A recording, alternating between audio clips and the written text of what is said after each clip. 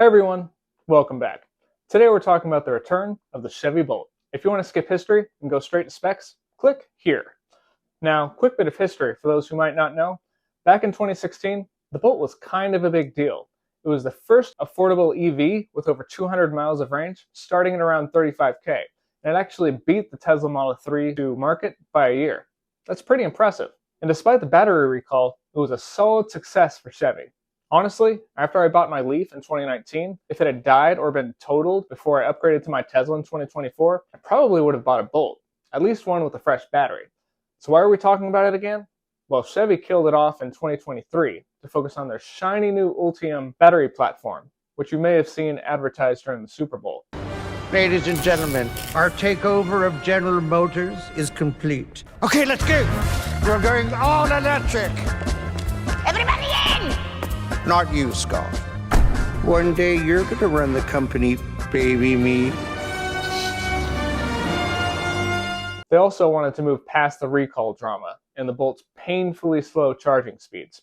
But here's the twist. Right before they discontinued it, Sandy Munro, yes, that Sandy Munro, the legendary auto engineer who tears cars apart and sings Tesla's praises, said Chevy had finally fixed all the major issues. The first Bolt was a piece of crap. Yeah, that was They not brought good. out the second one. Oh my God, the improvements. I couldn't stand that either. Then they brought out the third one. Sue and I went on and extolled the virtues of this car.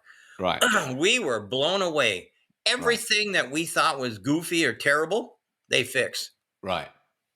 And then 2 or 3 months later, they announced the closing of that plant and got rid of it. Because they came out with crap initially. Yeah. They finally figured it out, and then they shut it down. Why? Yeah.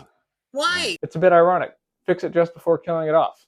Anyway, the Bolt is finally making a comeback. And this time, the Chevy's addressing the biggest pain point, slow charging speed. Instead of being painfully slow, the Bolt is expected to hit 150 kilowatts, almost up to my Tesla's 160. That's a night and day improvement, and it means it'll play really nicely with the supercharging network, especially since it has a native NACS port in it, finally. Here are the other changes. 255 miles of range powered by a 65 LFP kilowatt-hour battery, 210 horsepower front-wheel drive motor.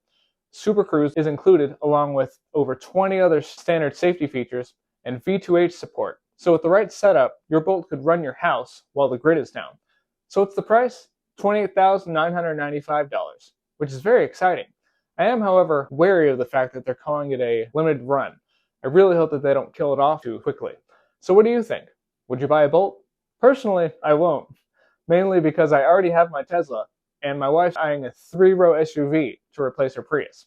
But for a lot of people, the updated Bolt could hit a sweet spot of practical, affordable EV. There's a reason that GM is in second place in sales for EVs right behind Tesla. Until next time, happy charging.